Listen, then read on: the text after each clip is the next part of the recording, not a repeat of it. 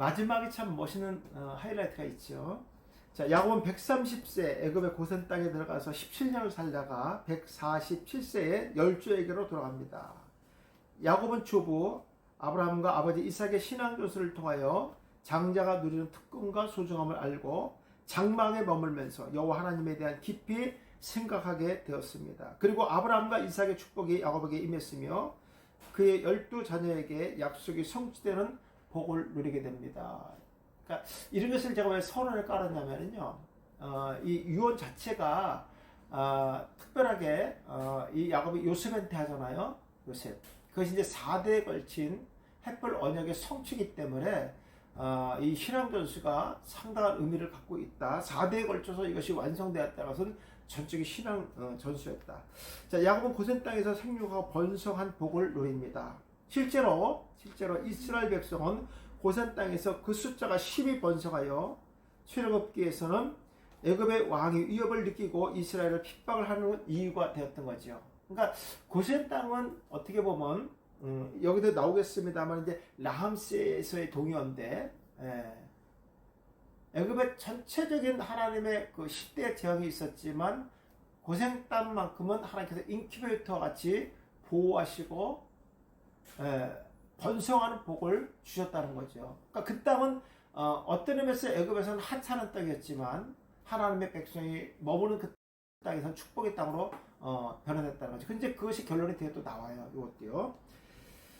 자, 야곱은 마지막 생을 준비하면서 아들 요셉을 부릅니다. 참 이것도 특이한 거예요. 그리고 그에게 허벅지 안쪽에 손을 놓고 맹세하게 합니다. 나를 애굽에서 메어다가 조상의 묘지에 장사하라고 요원합니다. 하나님은 아브라함과 햇불 언약을 맺고 세겜에서 아브라함의 후손이 계기되어 살다가 사담안에 들어와 그 땅을 차지할 것을 약속합니다. 야곱은 신앙조사를 통하여 들었던 약속을 믿고 자신의 뼈가 열조에게로 돌아가야 한다는 것을 알고 있었습니다.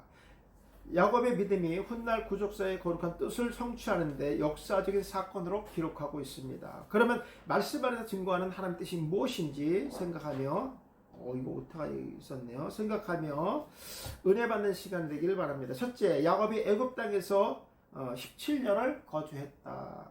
그래서 17년을 거주했다는 것은 17의 숫자 의미를 알면 또 해답이 풀려지죠. 그렇지만 이런 게 중요한 거예요.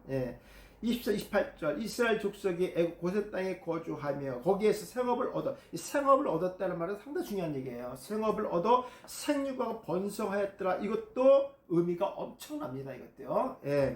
야곱 이 애굽 땅에 17년을 거주했더니 17년을 거주했더니 그의 나이가 147세였더라. 우리가 은혜 설교 제목 설교 이 부분 설교 안 하잖아요. 그죠? 17년 머물렀다는 것과 이거 안 한단 말이에요. 자, 애굽으로 이주한 야곱의 가족들은 고센 땅에 거주하게 되며 그의 모든 생업을 얻어 생육하고 번성하는 복을 받으며 야곱은 그 땅에서 70년을 거주합니다. 자, 고센 땅 보면 라암세스의 땅이 동요로 되어 있습니다. 자, 야곱이 머물고 살던 지역이 고센 땅이며 이스라엘 백성이 목축하는 사람들이기 때문에 풀이 우거진 고센 땅에 살 수 있도록 요셉이 애굽의 왕에게 간청했던 장소입니다. 고센은 라암셋의 또 다른 이름입니다. 동요로 쓰였기 때문에 같은 의미로 쓰였다는 얘기예요. 동요는요. 자, 고센 땅은 말 그대로 애굽에서 가장 좋은 땅, 축복의 땅이 되었습니다. 고센 땅의 이스라엘 민족이 모두 70명뿐입니다. 애굽 사람들이 천하게 여기는 고센 땅은 이스라엘 백성들에게 세력을 키우기에 가장 좋은 땅이었습니다. 훗날 이스라엘 백성들이 고센 땅에서 출애굽의 시작을 알릴 때 애굽의 바로는 노예를 빼앗기고 약이 오리며 화가 되는 수치를 당하게 됩니다. 사람의 눈으로 볼 때는 가증한 땅일지는 모르지만 그곳에 하나님의 사람이 살면 축복의 땅이 되는 것입니다. 왜? 이렇게 역사하신 분이 하나님이시니까. 이것이 뭐 요셉이 그렇게 원해서 갔다. 요셉이 이미 가서 그 땅이 어떤 땅인지 우리 민족의 살기에 가장 좋은 땅이었기 때문에 원했다. 뭐 이렇게 볼 수도 있어요. 그건 뭐 무시할 수 없는 거니까. 그러나 여기에도 하나님의 거룩하신 섭리하심이 있었다. 역사하심이 있었다. 우리 이런 관점에서 성경을 보는 것이 아주 성경적입니다.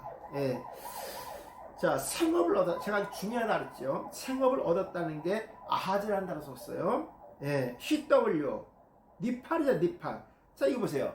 생업을 얻은 것은 그 땅이었기 때문이 아니라 하나님께서 그 땅을 축복하고 그 땅에 이스라엘 백성이 머물도록 이미 작정된 땅이었기 때문에 니팔로 생업을 얻는 겁니다. 자기들이 원하는 것이 아니에요. 자기들에 의해서 된 거죠. 하나님 뜻에 의해서 된 거죠. 연합하다, 소유하다 이런 의미가 상당히 중요한 의미를 갖고 있습니다. 예. 고센 땅은 이스라엘 백성이 하나님과 연합하는 장소를 의미합니다. 그렇죠. 이미 하나님께서 준비된 땅이니까. 예. 70명의 가족이 들어가 즉시 정착할 수 있었던 것은 하나님의 신적 작정에 의한 섭리였습니다. 이렇게 푸는 것이 성경적이에요. 그러면요. 여러분, 그 요셉이 왜 먼저 갔습니까? 이미 자기가 다 총리니까 그 지역이 어떤 땅이 다 알고 있었다는 거야. 그럼 모든 시작을 인간의 중심으로 펼쳐주잖아요. 그 하나님의 존재는 어디 있는 거예요? 하나님 거룩한 작정은 어디 있는 거예요? 그렇게 설교하시면 안 되는 거죠. 이거는 하나님의 신적인 어떤 작정에 의해서 하나님만이 할 수 있는 그 섭리 안에서 이루어졌다. 이렇게 보시는 것이 성경적이다. 하나님은 그 땅에서 아브라함과 맺은 햇불 언약의 시작을 알리는 곳이며 짧게는 17년의 애굽으로 이주 당시 야곱에게 주어졌던 큰 민족을 이루리라. 약속의 성취요. 길게는 250년 전 가나안 땅 이주 당시 아브라함에게 주어졌던, 그렇죠. 75세 이주하고 175세 죽었으니까, 그래서 147년이 됐으니까 한 약 250년 되겠죠. 아브라함에 주어졌던 내가 내게 보일 땅으로 가라는 번성의 약속이 실현되고 있음을 볼 수 있습니다. 이스라엘 백성들은 고센 땅에서 여호와 하나님을 의지하고 약속의 말씀을 움켜쥐고 적과 꿀이 흐르는 땅으로 바라보며 소망을 잃지 않고 살아야 합니다. 자, 번성하였더라 그랬어요. 딴 데로 생겨 번성하라. 아담한테 그랬죠. 노아한테 생겨 번성하라. 근데 야곱에서 번성하였더라. 하라 명령되어서 번성했다라고 얘기합니다. 자, 하나님은 첫 번째 아담에게 내린 명령이 생육과 번성하라. 두 번째 노아에게 생육과 번성하라 명령하셨어요. 그리고 명령이 야곱의 시대에 와서 어떻게 열매를 맺었다. 그렇죠? 번성하였더라. 열매가 맺어졌더라. 야, 정말 놀라운 거예요. 목사님, 놀라운 겁니다. 예. 이것이 다 무엇으로 이루어졌다고요? 신앙전설입니다. 신앙전설. 그러니까 이런 얘기들을 하고 있다는 얘기예요, 지금요. 예.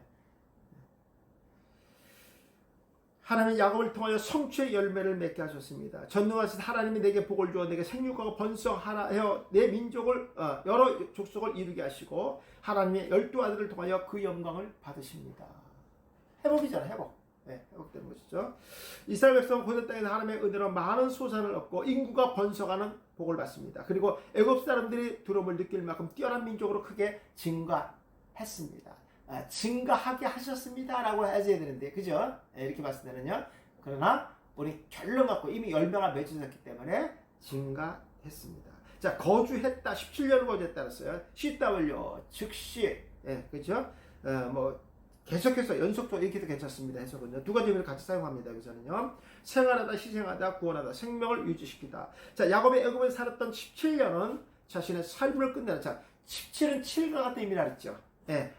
완전과 영적 질서가 17전 뜻입니다. 완전수와 영적인 질서. 그게 17의 숫자예요. 7 같은 거니까. 7 가면요. 17년은 자신의 삶을 끝내는 완전한 승리이며, 왜냐하면 번성했다라고 했으니까. 그 다음에 영적 질서의 완전을 살리는 시간인데, 뒤에 구체적으로 또 나와요. 영적 질서에 가는 것이. 그리고 열쪽에 들어가는 시간이며 영원한 안식을 알리는 시간입니다. 그렇죠. 17년. 그러니까 어떻게 보면 짧은 시간이죠. 짧은 시간이지만 이것이 완전한 승리를 알리는 그런 기간이에요. 더 필요도 없는 거예요. 17년이 필요했던 거예요. 야곱한테는요. 야곱의 삶의 시간을 보면 그 나가는 같은 길이었습니다. 가나안에서 17년, 바탄 아람에서 20년, 다시 가나안에서 33년, 그리고 애굽에서 17년을 보내면서 그의 나이 147세 되어 애굽에서 죽게 됩니다. 야곱 17년은 이스라엘 백성의 고센 땅에서 생업을 얻어 생육하고 번성의 복을 받는데 그 역할을 완세성을 알 수 있습니다. 영적 질서의 완성이라고 그랬습니다. 완전을이라고 얘기했어요. 우리의 삶도 되돌아보면 나그네와 같은 길을 걸어왔고 지금도 걸어가고 있습니다. 우리의 본향은 천국이며 천국은 영원한 안식의 처소입니다. 이 땅에 미련을 가지고 살지 말고 영원한 천국을 위하여 소망을 사는 성도가 되기를 축복합니다. 두 번째 보니까 야곱은 애굽에서 장사되지 않도록 요셉에게 청을 했다는 거예요. 사실 애굽에서 장례를 치러도 무리가 없잖아요. 왜? 그 후손들이 고센 땅에 이미 머물고 있기 때문에 함께하는 거잖아요. 근데 왜 굳이 그랬을까? 신앙연수예요. 햇불 언약을 믿었기 때문에 그렇습니다. 이것이 단순하게 자기만 이 가나안 땅에 묻히는 것을 원하는 것이야. 이것을 요셉에게 따른 것은 4대 만에 이르는 그 신앙 전수가 거기까지 간 거야. 그러니까 나만 가나안 땅에 장사하기가 아니라 너까지 가야 된다는 것을 확실하게 이제 연결시키는 연결고리가 되는 거예요. 이것이요. 예. 29절 이스라엘이 죽는 날이 갔고 여기서 참 있어요. 야곱이 죽는 이래야 되는데 왜 또 이스라엘이 죽는 날이라고 그랬을까요? 이런 거. 그의 아들 요셉을 불러 그 이르되 이제 내가 내게 은혜를 입었거든. 이 말이 안 되잖아. 무슨 자식한테 은혜야. 아, 근데 교수님 그래도 총리인데 그래도 은혜라 그래야죠. 예. 뭐 이런 나이로 따지나요? 계급으로 따지는 거죠. 누군가가 그런 얘기했죠. 그죠? 예. 근데 이제 이걸 이제 원어로 보면은 해석은 이렇게 안 나와요. 예. 보겠습니다. 내 손을 허벅지 아래 놓고 이내와 성실함으로 내게 행하여 애굽의 나라를 장사하지 않도록 하라 했어요. 그런데 이제 허벅지 안쪽에서 손을 놓게 했어요. 뒤에 나옵니다. 기억나시죠? 아브라함의 엘리에셀 했던 거. 저한테 강의 여러 번 들으셨을 거예요. 그러니까 이런 거 한 번 들어놓으면 다 연결된다. 해석이 다 돼요. 한 번만 들어놓으면요. 예. 이스라엘 엘과 사람입니다. 힘, 능력, 갖추다, 권력을 주다, 통치를 시작하다 싸운다 합성합니다. 이스라엘은 하나님께서 야곱의 이름을 바꿔준 이름이며 하나님과 사람을 더불어 겨루어 이겼다는 뜻이고 훗날 이스라엘 나라의 국호가 됩니다. 야곱의 이름은 기록하지 않았고 이스라엘을 기록한 의도는 야곱의 시대가 끝나고 12아들의 새로운 나라의 시작을 암시하고 있습니다. 그런 거 아니겠어요, 목사님? 저는 그렇게 생각하는데 이거 예. 왜냐면 보세요. 이스라엘의 중날을 갖고 왔다. 그럼 또 다른 시작을 알리는 거잖아요. 그렇죠? 그래서 이스라엘의 것은 12아들을 대표하는 거잖아요. 예. 그러니까 저는 야곱의 시대가 끝나고 12아들의 새로운 시대가 시작되었음을 암시한다. 이렇게 했어요. 여기다 계시한다 이라고 하면 또 이제 이게 정의가 되니까 뭐 이렇게 그런 암시가 있는 거 아닙니까? 라는 이렇게 표현을 제가 한 거예요. 자, 이스라엘의 시브리의 첫 글자가 요도는 가장 작은 글자이며 겸손을 나타내는 글자입니다. 야곱이 이스라엘의 새로운 이름을 얻게 할 때 유일하게 남는 글자가 요도입니다. 그것은 야곱이 하나님 앞에 가장 겸손한 사람이었다는 것을 증거합니다. 하나님의 이런 자들을 지도자로 세우는 거예요. 예. 그리고 이스라엘 가장 작은 나라지만 하나님께서 큰 민족을 이루어 주신다는 상용적 의미를 가지고 있습니다. 자, 은혜를 입었다 마차예요. 입었다가 마차입니다. 발견되다, 부족하다, 생기다, 깨다, 드러났다 그랬습니다. 또 품다 이런 단어 중요하고요. 야곱은 자신의 죽음을 인식하고 요셉을 불러 마지막으로 청하기 전에 먼저 자신의 아들 요셉을 아름다운 호의를 받았다고 합니다. 왜냐하면 햄이 호의라는 뜻을 갖고 있잖아요. 그죠? 근데 여기서 은혜라는 표현은 좀 안 맞잖아요. 왜냐하면 은혜는 윗사람과 아랫사람의 관계를 얘기하는 건데 근데 아버지인데 자식을 부르는데 어떻게 은혜를 입었다 이런 표현들은 번역이 좀 그렇잖아요. 그죠? 근데 제가 이 해면내가 호의란 뜻이에요. 호의를 베풀었다. 이렇게 호의를 나타냈다. 이렇게 표현하는 게 부드럽지 않아요, 목사님 이게? 그래서 제가 호의를 받았다고 말합니다. 바꿨어요, 번역을요. 노와 모세는 여호와께 은혜를 입었다. 그렇죠. 하나님과 주는 관계니까 이건 이런 표현은 괜찮죠. 호의를 입었다. 이건 말이 안 되는 거죠, 이거는요. 또 그러나 하나님은 요셉을 저녁에 은혜를 받게 하시고 또 이스라엘인들은 애굽인들에게 은혜를 받게 하신 이는 여호와십니다. 야곱은 요셉이 비록 아들이지만 자신이 입은 호의적인 감정을 불러일으키고 있습니다.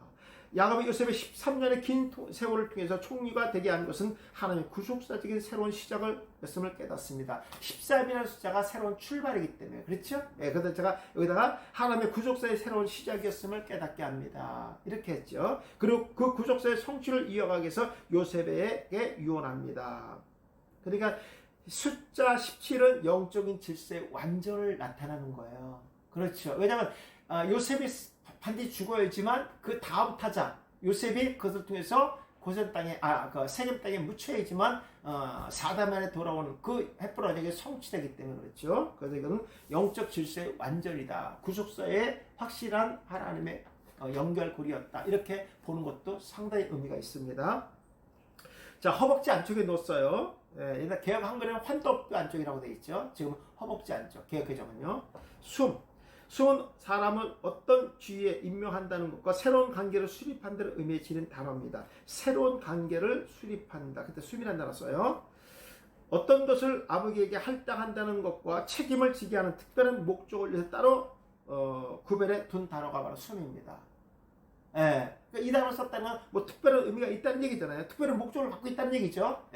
그래서 이 단어 썼어요. 허벅지 아래 놓고 맹세하는 모습은 가고 아브라함이 그의 종 엘리에셀에게 행했던 모습. 아브라함이 허벅지 아래에 손을 놓고 이 일이 돼서 그에게 맹세했더라를 연상하게 됩니다. 야곱도 요셉의 손을 자신의 허벅지 아래에 놓고 맹세하게 됩니다. 허벅지 아래는 생식기를 의미하며 이것은 생명의 근원과 권위를 상징하며 그 맹세의 효력이 후손에게까지 미치는 것으로서 왜? 거기에 생명이 있으니까 후손이 태어나는 근원이기 때문에 그렇죠? 그러니까 이 맹세는 그 후손에까지 미친다 이런 뜻입니다. 예.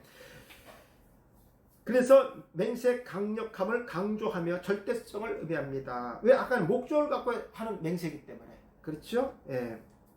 요셉의 맹세는 절대적인 책임을 지게 되며 특별한 구속적인 목적을 가지고 있음을 알 수 있습니다. 자, 장사하지 카바를 한다고 썼어요. 이것도 여러 단어가 있겠죠. 예. 자, 야곱은 요셉에게 인애와 성실을 요구합니다. 인애는 친절한 행위이며 성실은 신뢰를 의미합니다. 야곱은 요셉이 하나님을 완전히 섬기는 사람으로서 하나님의 성품을 닮아 자비로울 뿐 아니라 약속을 어기지 성실함을 가지고 있다는 것을 알고 이를 요구하였던 것입니다. 자신이 죽어서 그 뼈가 묻힐 장사가 애굽이 아니라는 것입니다. 이것은 야곱이 그의 아버지 이삭과 조부 아브라함에게 신앙 요소를 통하여 증거된 말이라는 것을 알 수 있습니다. 야곱도 하나님께서 언약한 말씀을 확실하게 믿었고 그의 아들에게 신앙 요소를 통하여 구속사의 거룩한 뜻을 전하고 있습니다. 자, 이제 세 번째가 결정적인 이제 하이라이트가 나오죠. 야곱은 열조에게 돌아가기를 원했다. 30절 31절 내가 조상들과 함께 눕거늘 너는 나를 애굽에서 메어다가 조상의 묘지에 장사하라. 요셉이 이르되 내가 아버지의 말씀대로 행하겠습니다. 왜? 아까 그 맹세를 했으니까 허벅지 안쪽에서 맹세를 했기 때문에 야곱이 또 이르되 내게 맹세하라 하매 그가 맹세하니 이스라엘이 야곱이 침상머리에서 하나님께 경배했더라 이렇게 나와 있어요. 마무리 참 멋있게 줬어요. 그죠? 네, 근데 이 부분에 문제가 참 많이 있습니다. 이 부분에 대해서 이걸 제가 바로 잡습니다. 네, 뒤에 나옵니다. 뭐 결론부터 얘기하면 하나님께 경배했다. 목사님들 다 아시겠지만 원문에는 없어요. 이거요. 번역할 때 누가 집어넣어 버린 거예요. 그 이유가 있어요, 목사님. 그 이유가 있고. 네. 또 한 번 얘기했지만 그러니까 이런 거에 대한 근거가 원문에 있다는 거예요. 원문에 있다는 거예요. 자, 메어다가 그렇습니다. 낯쌉니다. 여기 뭐 이제 허락의 의미도 있고 제거한다는 뜻도 있고 이끌어가다 이런 뜻도 있습니다. 야곱은 중심으로 이스라엘 백성은 애굽에서 거대한 민족을 이루며 살고 있습니다. 그러나 그들의 삶은 나그네와 같은 길입니다. 나그네의 길은 반드시 목적을 가지고 떠나가야 됩니다. 야곱은 자신이 죽은 후에 일어나는 과정을 요셉에게 이야기합니다. 이게 신앙 요소죠. 자신을 애굽 땅에서 이끌어내어 언약 백성이 머물 땅에 장사하라는 거죠. 그래서 그들이 언약 백성이라는 증표를 인해서 뭐예요? 할례를 했잖아요. 할례. 애굽은 할례 받지 않는 자들이 머무는 곳이기 때문에 할례 받은 백성은 애굽이 아닌 약속의 땅에 들어가야 되는데 가르친 거예요. 예. 자, 행하리라 아사입니다. 예. 이것은 이제 아사는 위에서 유잖아요. 아사 창조라고 그러잖아요. 행하리란 말은 뭐냐면 이미 결정된 말을 그냥 하겠습니다. 내가 새로운 것을 내가 고안해서 하겠습니다가 아니라 이미 주어진 대로 내가 그대로 따르겠습니다. 이겁니다. 예. 야곱은 자신의 뼈를 조상의 묘지에 장사하라고 유언합니다. 그것에 아브라함과 이삭이 잠든 막벨라 동굴이며 돌무덤에 안치하는 형식으로 유대인들의 보편적인 간습이고 일반적으로 가족 공용의 소유주며 또 자기 열조로 돌아가는 것입니다. 요셉은 아버지의 말씀대로 순종하겠다고 말합니다. 예수님께서 부활하시고 마지막 우리에게 하신 말씀이 너희는 가서 모든 민족을 제자로 삼아 아버지와 아들과 성령의 이름으로 세례를 베풀라고 가르친 것입니다. 요셉이 아버지의 말씀대로 행했듯이 우리도 그 말씀에 순종하는 성도가 되어야 됩니다. 그러니까 우리에게 주어진 그 아버지의 말은 이거 아니겠습니까? 예.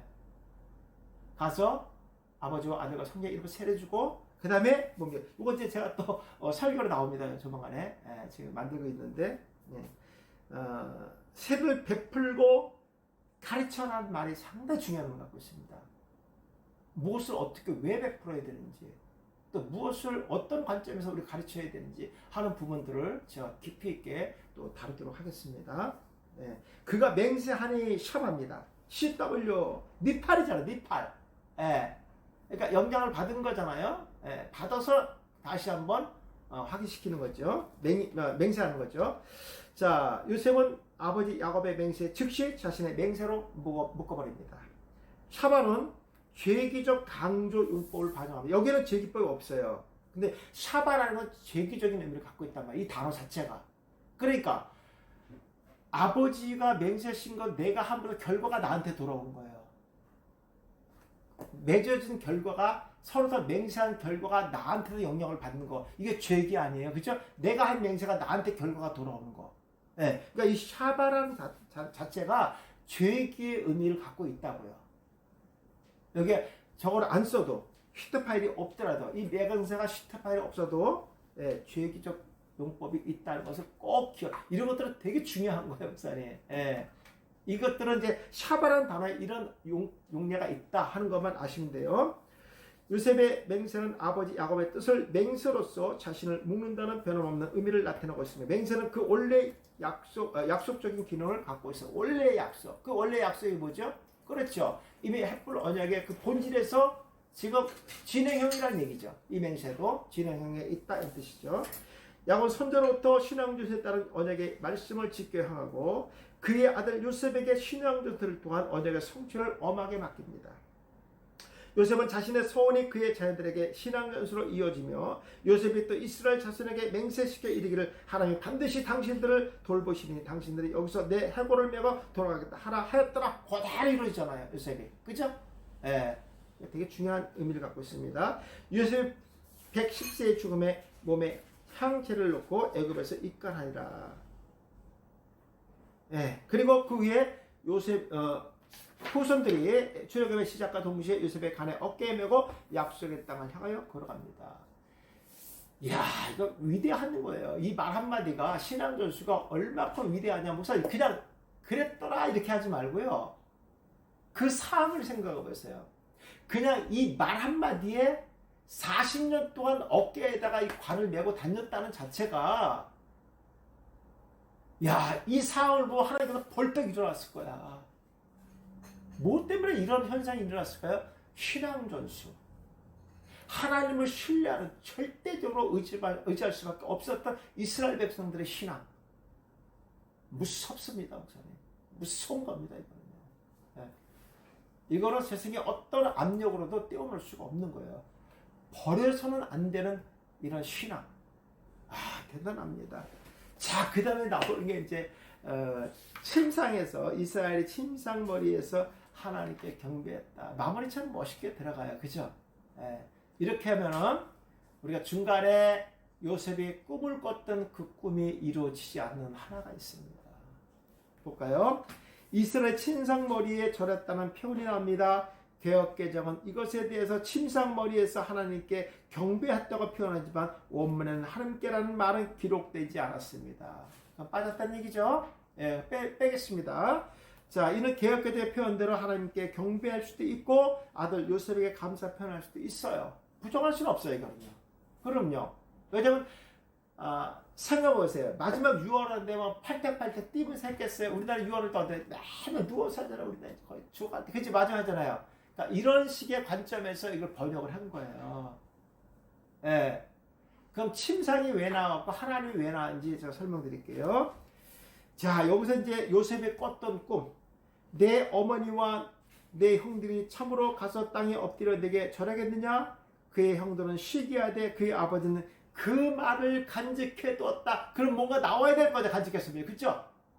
그게 여기서 나온 거예요, 이제. 이 말씀이 야곱이 아들에게 전할 요셉의 꿈이 성취된 것을 의미합니다.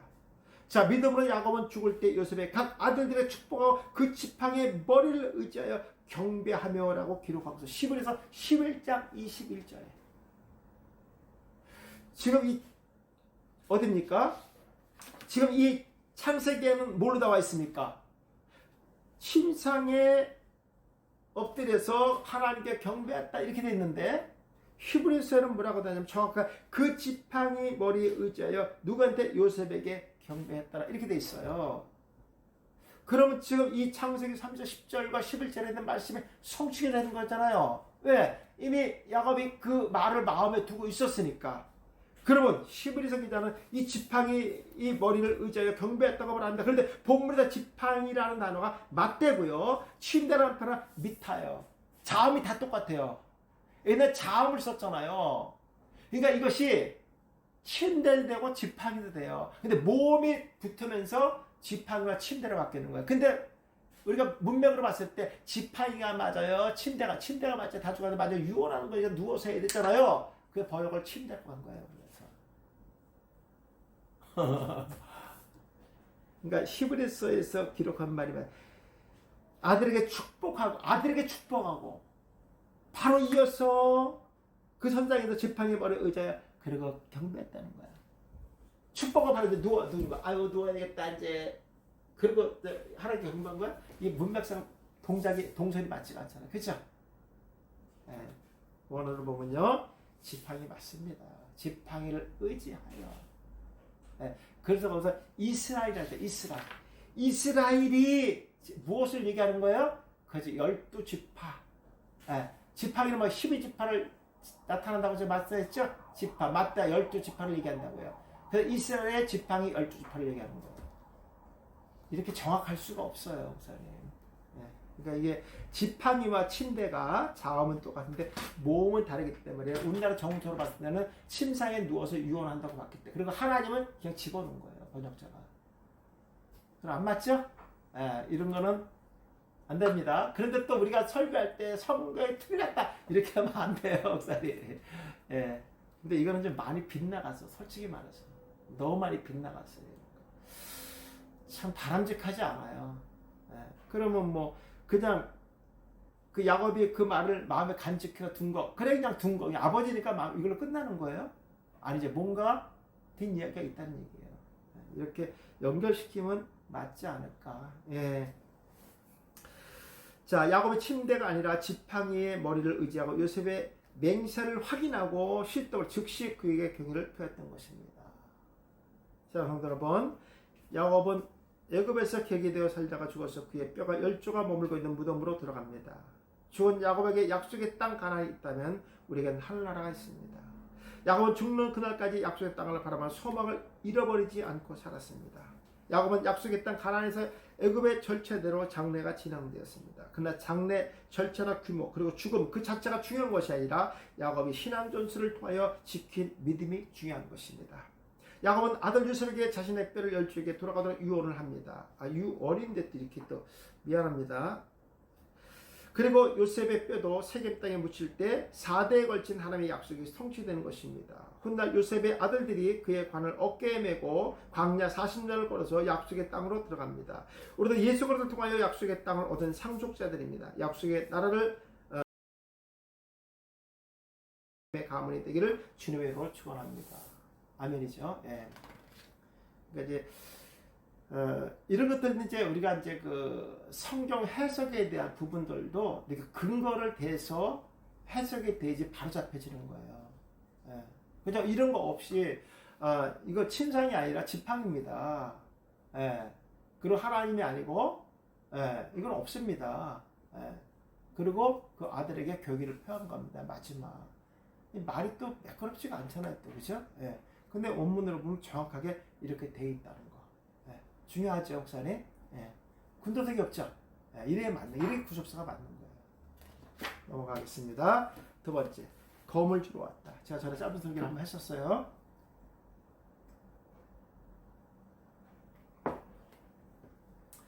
제가 어제는 이거 강의에다 기침을 너무 많이 했어요, 제가. 근데 어제 아예 찬물을 먹었거든요. 근데 오늘은 이제 따뜻한 물을 좀 바꿨더니 목이 전혀 간질거리거나 그런 게 없더라고요. 왜냐면 이게 제 머리 위에 바로 에어컨이 있어요, 위에서, 천장에서. 이게 직접 때려도 사실 저는 몸은 땀이 나요, 지금. 예. 옷이 막 젖는데. 근데 막 이게 입이 마르니까, 예. 근데 따뜻한 물을 먹는 거 알고 있었지만 이게 어디 시원해지지가 않잖아요. 오늘 바꿨더니 확실히 다르네요. 예. 목이 아주 편안하고, 예. 그렇습니다. 목사님도 다 알고 계시죠? 예. 따뜻한 물 마시는 거. 자, 검을 주러 왔다. 이거 마태복음 10장 34절 39절입니다. 자, 히브리인들의 언어 표현은 매우 풍부하게 하며 다양하게 전달됩니다. 그러나 언어 그 자체를 이해하기보다는 단어와 함께 실린 의미를 이해하는 경우가 많습니다. 본문에서 말씀하고 있는 검도 그런 경우입니다. 예. 검은 전쟁 도구로 사용되며 무슨 무기를 연상할 수 있으며 일반적인 삶에서 매우 유용한 생활 도구이기도 합니다. 그런데 히브리서 사고의 검은 나눈다는 의미를 이해해야 됩니다. 아주 이게 중요한 거예요, 이런 말을. 우리가 이런 인식을 가지고 성경을 본다는 것이 얼마나 감사합니까? 그죠? 예. 전쟁을 통하여서 사상을 나누고 나라와 나라가 나누고 너와 내가 나누며 물건을 자르고 나눈다는 것을 인식했습니다. 예수님께서 이 세상에 오신 목적이 화평이 아니라 검을 주시기 위해서 오셨다는 것입니다. 곧 나누기 위해서 오셨다는 것이며 세상과 하나님의 나라를 나누기 위해서 오셨습니다. 이것이 예수님이 이 땅에 오신 목적입니다. 제가 늘 강조하는 거, 늘 강조하는 거. 예수님은 그리스도와 벨리알을 나누고 양과 염소를 나누고 의와 불법을 나누고 믿는 자 믿지 않는 자를 나누셨습니다. 예수의 이런 모습이 불안을 가져오는 것처럼 보이지만 세상으로부터 하나님의 백성을 구하시려는 강력한 뜻을 보이고 있습니다. 그러니까 하나님의 초점은 구원받는 백성들이에요. 그들을 세상의 무리로부터 구별시키겠다는 거예요. 특별한 존재의 정체성을 찾아주겠다는 거예요. 이것이 목적이에요. 심판받고 죄 가운데서 있는 자들을 하나님 터치하지 않습니다. 지금은요. 그대로 놔주신다는 거예요. 오늘 생명의 말씀은 그들과 절대로 접촉하지 않겠다는 거예요. 오늘 구원받은 백성들, 이미 생명책에 기록된 그들과 접촉하여 그들의 정체성을 찾아주겠다는 거예요. 네. 접촉한다는 건 뭐예요? 거룩한 백성이 되었다는 거예요. 부정한 자와 접촉하지 않죠. 이미 십자가로 하나님의 거룩한 뜻이 작정된 그 백성들과 접촉하기 위해서 이 땅에 오셨다는 거죠. 그러면 검에 대한 인식과 구별에 대한 예수님의 관점에서 은혜 받는 시간 되기 바랍니다. 첫째, 검을 주러 왔다. 34, 35다. 내가 세상에 화평을 주러 온 줄 생각하지 말라. 화평이 아니여 검을 주러 왔다. 내가 온 것은 사람이 그 아버지와 딸이 어머니와 며느리가 시어머니와 불화하게 하니라. 이 참 설교하기 참 어려운 부분이에요, 이거요. 예. 근데 무엇을 얘기하는 것인가? 복음을 통한 사상. 복음의 사상을 얘기하는 거죠.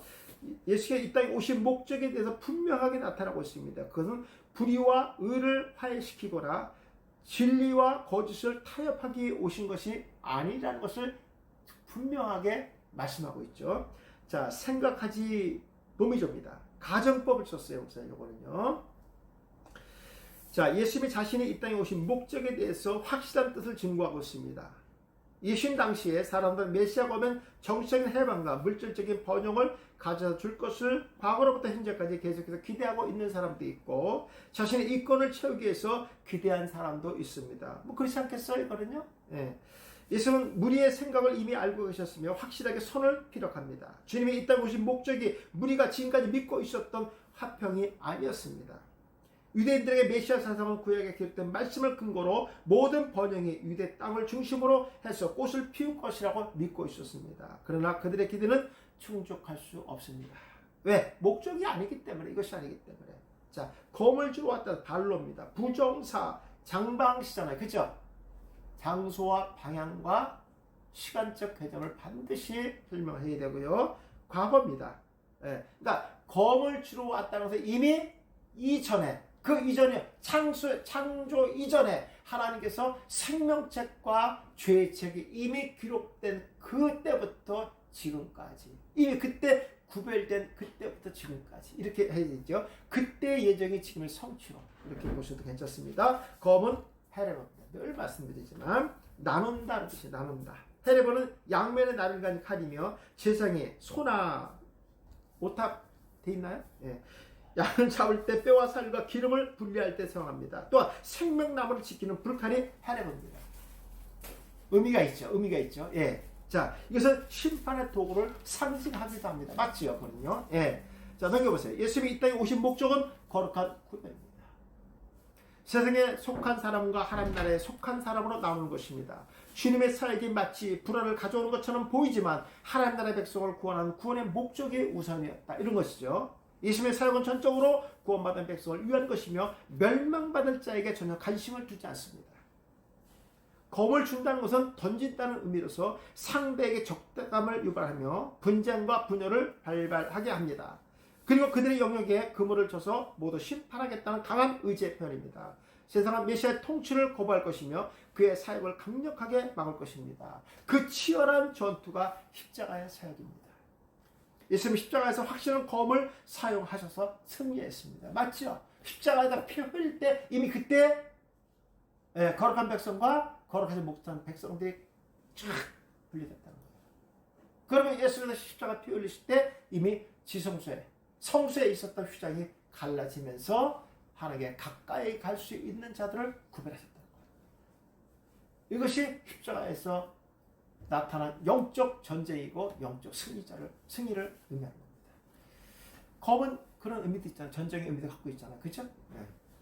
자, 내가 온 것은 그렇습니다. 엘코마입니다. 많이 들어보시죠, 엘코마이. 그죠? 예. 엘코마이는 제의적인 의미를 담고 있다. 아, 이게 중요한 거예요, 역사 이런 거. 우리가 이런 한 단어를 갖다가 은유에서 찾았다는 것은 너무 감사한 거예요. 그러니까 예수 오신 것은 제의적인 의미가 재물로 왔다는 거예요. 재물. 코르반, 카라브. 그분이 우리의 제물이 됐기 때문에 우리가 하나님 앞에 직접 가까이 갈 수 있어요. 그래서 왕 같은 세상으로 우리가 이미 그런 축복을 받은 거예요. 그들에게 제의적인 의미를 그럼 이렇게 이제 해석을 해야 될 거 아니에요, 그죠? 예, 맞습니다. 예수님이 이 땅에 인성과 신성으로 오셨으며 생명과 멸망이라는 거룩한 구별을 통하여 하나님 뜻을 이루십니다. 이것이 십자가의 사역이며 그의 백성을 위하여 스스로 제물이 되시고 영원한 생명을 얻도록 역사해 줬습니다. 전혀 군더더기 없죠? 예수 오셨다는 것 이렇게 하는 것이 왜냐하면 제의적인 의미를 갖고 있었으니까. 네. 그러나 불의한 자에게는 제의적인 효력을 주지 않고 오직 심판으로 그들을 판단할 것입니다. 그리고 그 뜻을 돌이키지 않으시고 영원한 불모의 형벌을 가하게 될 것입니다. 아주 군더더기 없게 해석이 된 거예요. 이런 것들을 근거로 갖고 이렇게 해석하는 거예요. 어떤 단어가 쓰여졌느냐. 예. 자, 불화하게 한다 그랬어요. 가족 간에. 두 부분으로 나눈다는 뜻이에요. 여기 두 부분으로 나눈다, 가른다. 불화해서 어떤 두 부분, 어떤 목적을 갖고 나눠지는 거겠죠. 이 말씀 미가서 7장 6절을 인용한 말입니다. 미가는 아하스 왕 시대의 죄악성을 묘사하고 있는데 우리 미가서 할 때 공부했죠? 예. 비에 예수님의 복음에 증거될 결과들을 제시하고 있습니다. 예수님과 불화를 일으킬 자들이 로마인들이 아니라 형제인 유대인들이었습니다. 그렇죠? 예. 예수님을 이미 판 자들도 유대인의 형제들이에요. 형제들에 의해서 예수님은 이미 팔린 거죠. 바울이 복음을 전파할 때 그의 핍박한 자는 이방이 아니라 같은 동족의 유대인들입니다. 사상이 다른 거예요. 예. 불화가 한다는 것은 두 부분을 나눠서 격리시킨다는 뜻입니다. 그래서 격리 수로만 들어도 현기증 나지 않아요, 이런 말? 예, 격리. 아, 뺐으면 좋겠다. 다른 말로 바꿨으면 좋겠다. 격리란 말 좀 이제는 제일 무서워 이게. 격리당하는 말이 이런 게 좀. 예. 아들이 그 아버지와 미혼의 딸이 그 어머니와 결혼한 며느리가 시어머니와 신앙의 문제에 있어서 성도와 불신자의 관계가 마치 물과 기름처럼 분리되어 결코 연합될 수 없다는 것입니다. 그것이 비록 가족들지라도 서로 믿음의 사상에 따르면 물과 기름이 될 수밖에 없다는 것입니다. 그래서 그러니까 명절날 하지 말아야 할 대화. 요즘에 너무 이런 대화가 지금 만날 때마다 많이 하잖아요. 정치 얘기, 종교 얘기, 지역 얘기. 100% 쌈박질나 이거. 양보가 없어요. 양보가. 쌈박질. 1년에 한 번, 두 번 만날까 하는데 그 만날 날 왜 이게 하지 말라는 이 얘기가 쌈박질 나고 다음에 명절에 안 보여. 이런 짓을 하면 안 돼요. 진짜. 이게 안 되기 때문에 그래요. 성경에도 기록되어 있잖아요. 하나가 될 수 없는 거예요. 이런 부분들은. 두 번째, 사람의 원수는 집안 식구입니다. 30절절 사람의 원수가 자기 집안 식구니라. 아버지와 어머니를 나보다 더 사랑하는 자는 내게 합당하지 않냐고 아들이나 딸을 나보다 더 사랑하는 자는 내게 합당하지 않다. 예수님이 말씀하는 원수는 집안 식구이며 그분의 말씀은 검과 같이 나르었기 때문에 성도의 불신자에 서로 존중할 수 없다는 것입니다. 그리고 서로 대립된 현상이 일어날 수 없다는 말씀입니다. 자, 집안 식구라. 오이키아코스인데 주격 남성 복수도 있고요. 이건 이제 어그래 보면요, 오이키아입니다. 집에 속한 자, 종족, 전체 집단에도 이런 단어 씁니다. 그러니까 뭐 믿지 않는 사람의 전체 집단, 믿는 사람의 전체 집단 이렇게도 분류할 수 있어요. 이거는요. 예. 복음은 한 가족의 최고의 결속력으로 그러니까 공동체를 형성하지만 다시 할게요. 복음은 한 가족을 최고의 결정력으로 거룩한 공동체를 형성하지만 반대로 가족 내부에서 심각한 분열을 초래하기도 합니다. 복음의 본질은 파괴나 분열이 아니고 오직 기쁨으로 즐거움을 가지고 오는 것이 본질이에요. 예. 하나님의 나라는 이 세상에 이루는 관계나 특성을 중요하게 생각하지 않습니다. 그것은 예수 그리스도 십자가의 피 흘림으로 희록을 입은 자들은 누구나 참여할 수 있으며 유대인이나 이방인이 함께 참여하는 것입니다. 히브리대 사고에 사람들 둘로 나누는데 하나는 가족끼리 공동체를 이루며 살아가고 다른 공동체와 원수 관계로 살아간다고 생각했습니다. 그래서 유대인들은 항상 이방인들은 심판을 받는다. 이방 입장에서는 원수지가 않아요, 원수? 예. 우리 전도할 때도 그래요. 금교가 있잖아요. 근데 또 안 할 수도 없어요. 자, 우리 동네 슈퍼에서 전도를 갔어요. 아주머니 안녕하세요. 교회에서는 안 돼. 예수 믿으세요. 그래서 예수 하면 지옥 가. 그냥 귓방만 하는 것도 맞아요, 그거는요. 그렇지 않아요? 가만히 잘 살면 지옥 간다고 좋아할 사람이 어딨어요. 그렇잖아요. 그러나 이것은 진리예요, 사실. 그렇죠? 그럼 같은 값이면 그거보다도 예수 믿고 천당 가셔야죠. 그럼 반대도 있는 거 꼭 굳이 안 해도 되는 거잖아요. 다 천당에 대한 얘기가 많지만 그러나 안 가면 지옥 갈 수도 있다니까요. 아니면 안 가면 예수 안 믿으면 지옥 갑니다 라고 얘기하면 좋은데 꼭 천마디가 그럼 지옥 가요 기뻐하면 안 돼 의도하고 말도 못하는 게 쫓겨나는 거예요. 예.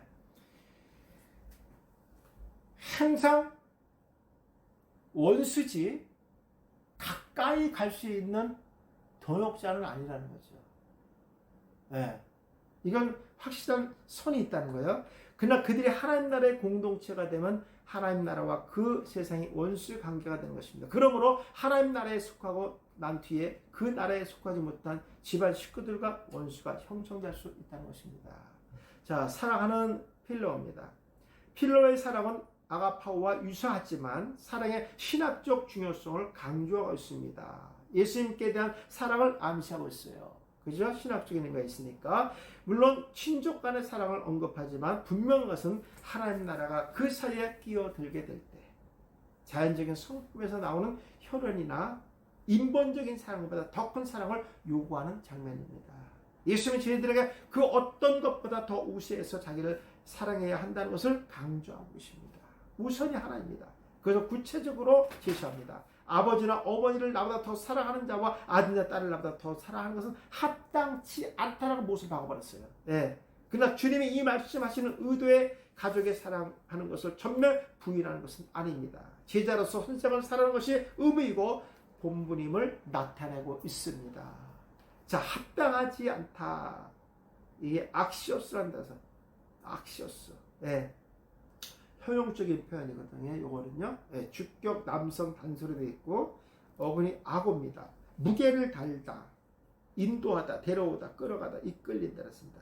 예수님의 제자란 예수님을 그냥 사랑하는 자가 아니라 가장 많이 사랑하는 자에 대하며 먼저 가치 있는 사람으로 그 무게를 생각하는 마음이 되어야 됩니다. 그런데 그 우선이 가족이 되면 예수님이 평가하는 것에 합당한 기준이 될 수가 없습니다. 왜? 무게의 기준을 단다는 것은 뭔가 가치를 갖다 둔다는 얘기잖아요. 그죠? 예.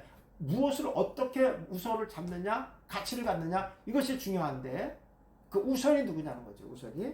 참 제자는 선생보다 다른 그 어떤 것을 더 사랑하는 자는 제자로서 부적절한 자격이 된다는 것이며, 그것이 정녕, 가족이 된다 하더라도 우선이 선생이라는 것입니다.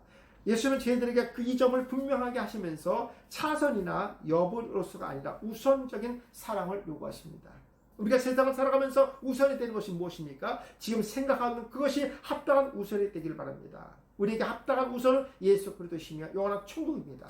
거룩한 성도는 세상을 타협하지 않고 자신의 이권을 위해서 살아가는 사람이 아니라 오직 보험의 정조를 지키며 살아가는 사람입니다. 그리고 나의 모든 우선이 예수님이 되시기를 주님으로 축원합니다. 세 번째, 참 생명을 얻은 자는 자기 목숨을 잃는 자입니다. 마태복음 10장 38, 39절. 또 자기 십자가를 지고 나를 따르지 않는 자도 내게 합당하지 아니하니라. 자기 목숨을 얻는 자는 잃을 것이요 자기 목숨을 잃는 자는 얻으리라 그랬습니다. 자, 자기 십자가를 진다는 말 무슨 말이에요? 자기 십자가. 예, 람바노입니다. 많이 들어봤죠?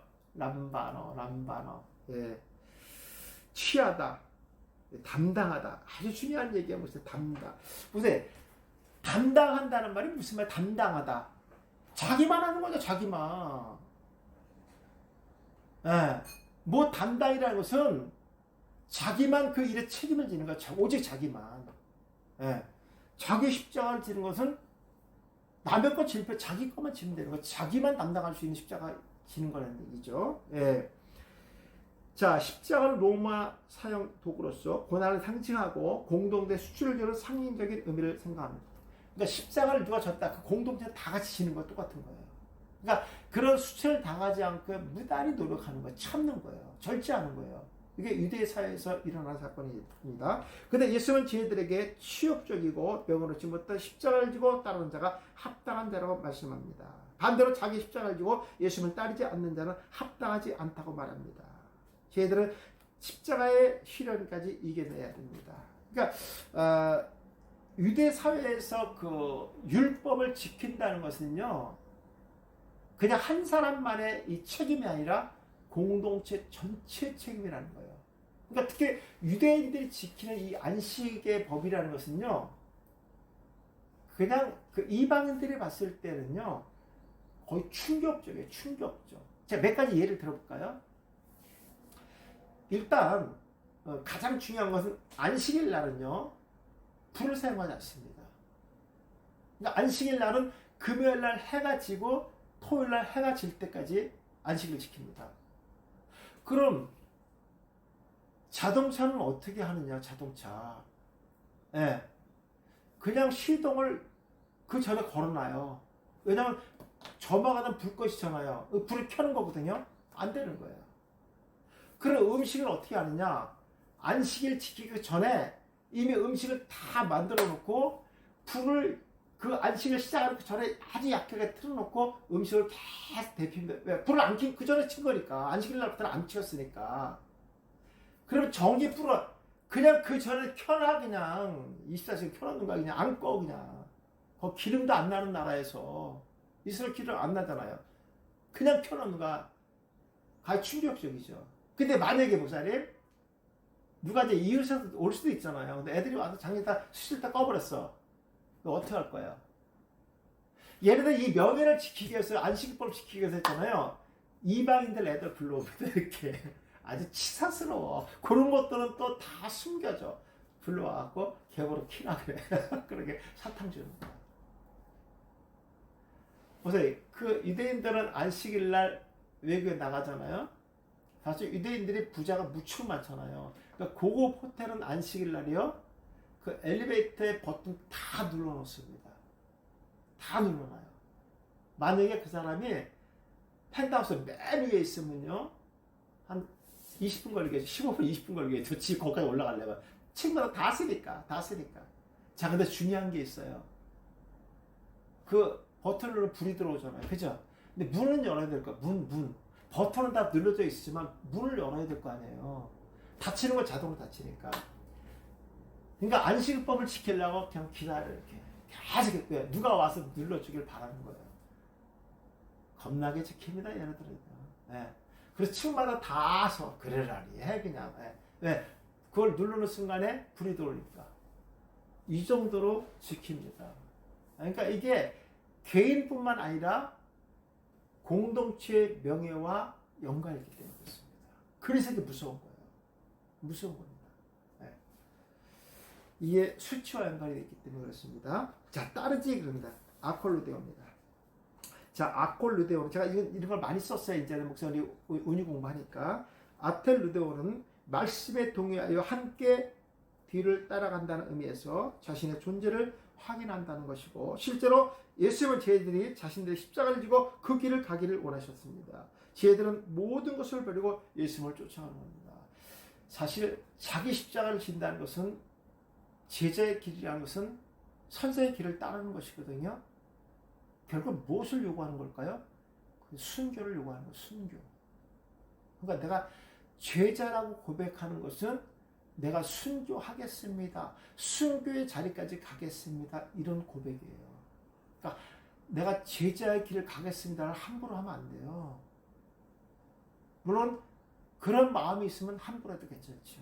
그러니까 이런 의미를 성도들이 알아야 되는 거예요. 십자가 말로만 지는 게 아니에요. 그 십자가 형벌 우습게 생각하지 마세요. 네. 우리가 사실 코로나도 그러잖아요. 간단한 감기라든지 걸려봐서 죽습니다. 저도 안 걸려봤지만 걸린 사람들 얘기들 들어봤거든요. 착용을 하면 돼요. 그러니까 모르는 거예요. 이렇게 우리가 그렇게 단순하게 얘기하면 안 되는 거예요. 십자가 자기 십자가 지는 거 할렐루야 아멘 그래요. 뭔지 알고 아멘 하는 건지 모르겠어요 진짜로. 자, 그 다음에 그 밑에 예수님의 제자 베드로는 예수님이 부활하신 후에 갈릴리 바다에서 주임, 요거 아시죠? 겉옷 입고 들어간 거, 그 얘기입니다. 이거 넘어갈게요. 저번에 했으니까요. 자, 잃을 것이요 그렇습니다. 자, 목숨은 육체적인 생명과 영적인 생명을 동시에 함축하고 있으며 자기 목숨을 육체적인 생명을 의미하며 육체적인 생명을 위하여 사는 자는 영원한 참 생명을 실제로 잃어버리고 멸망의 삶을 살아가게 됩니다. 이 땅의 삶은 영원한 것이 아닙니다. 일시적으로 육체적인 생명을 얻어 살아갑니다. 구원의 복은 이 땅에서 육체적인 삶을 살아가는 동안에 기회가 주어지지만 육체의 생명을 잃으면 영생의 복도 잃어버립니다. 맞지요? 이건 진리예요, 이거는요. 네.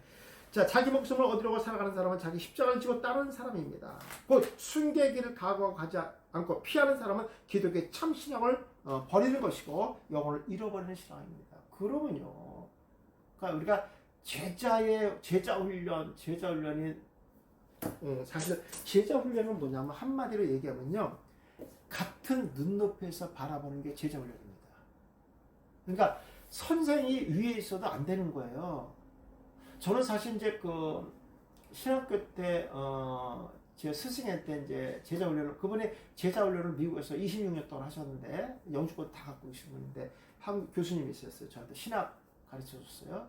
근데 이분이 저한테 자기가 했던 그런 그 제자 훈련을 저랑 똑같이 했는데 한 6개월 동안 했습니다. 저는 어떻게 했냐면 이렇게 했어요, 목사님. 제자 훈련인데 물론 저한테도 그때는 교수님이었지만 저랑 같이 사적으로 만나서 제자 훈련할 때는 같은 눈높이에서 있더라고요. 어떻게 하냐면 이렇게 합니다. 그래서 A라는 책을 하는데 선정을 해요. 그럼 이제 교수님이 선정해 줍니다. 그리고 자기도 이 책을 읽어. 저도 이 책을 다 읽습니다. 그리고 만날 때는 책을 놓고 나옵니다. 그리고 같이 그 책에 대한 내용들을 주고받는 거예요. 그분이 선생님이 아니라 내가 읽은 책을 갖다가 느낀 걸 얘기해서 거기에 부연 설명하는 것이 아니라 본인도 그거에 대해 얘기하고 저도 얘기하고 제가 그분한테 질문도 하고 이 부분들을 어떻게 생각했습니까? 그거 모르면 안 돼. 그러니까 완전히 외우다시피 저는 책 한 권을 막 그냥 500 몇 페이지 되면 거의 다 외워버렸어요. 그냥. 왜? 일주일에 한 번씩 그 책을 그 교수님하고 제자 훈련을 해야 되기 때문에. 이렇게 하면서 하는데 와, 제가 많이 업그레이드가 되는 거예요. 그 부분을 6개월 동안 했어요. 매주 만나서 한 번씩 만나서, 그것도 뭐 이렇게 정제된 공간이 아니라 그러니까 이렇게 뭐 어떤 공원이 아니라 거닐면서 하는 거야. 거닐면서 계속 얘기하고 막 어떨 때 자기가 그 부분에서 막 그 느꼈던 것들을 막 실제 가서 막 표현하면은 본인으로 감동을 받고, 자기도 그 부분에서 그렇지 못했는데 그거에 대해서 은혜 받고 또 질문도 하고, 이렇게 하면서 제자 눈높이에서 가는 겁니다. 그러니까 우리가 예수님의 제자라는 것은 예수가 똑같이 하는 거예요. 누가 위에 있거나 낮에 있는 게 아니라 똑같은 선상에서 똑같은 길을 걸어가는 거예요. 똑같은 것을 바라보는 거예요. 그것이 제자입니다. 제자 훈련입니다. 저는 그렇게 생각합니다. 제 생각에 저는 그런 교육을 6개월 동안 받았고, 예, 저도 그렇게 하고 싶어요, 사실. 그렇게. 그래서 제가 목사님들에게도 같이 내가 가르친다는 말을 제가 거의 안 했을 겁니다. 같이 말씀을 연구한다는 표현을 같이 하는 이유가 바로 이것 때문에 그렇습니다. 저도 이런 교육을 받았기 때문에. 제가 어떻게 목사님들한테 뭘 가르칩니까? 같이 연구하는 거예요, 같이. 그래서 제가 오늘 같이 연구할 수 있도록 같은 자리에 오셔서 너무너무 감사합니다. 이런 얘기를 제가 많이 했죠. 바로 이런 부분입니다. 그러니까 제자라는 말의 표현들은 그런 의도를 갖고 있다. 이렇게 보시면 됩니다. 나머지 목사님께 읽어보시면 좋을 것 같습니다. 다 풀어놨으니까. 10분간 쉬었다가 2시 10분에 오늘 처음 이제 스가랴 2 시작하도록 하겠습니다. 10분간 쉬겠습니다. 감사합니다. 목사님. 고맙습니다.